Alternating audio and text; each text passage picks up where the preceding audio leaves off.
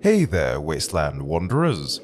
It's your favorite military history professor, wagging his chin again with this continued look into the NCR's history over this holotape lecture series.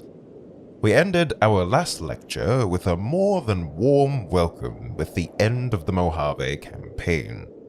But just as any hot war, a cold one is close to follow.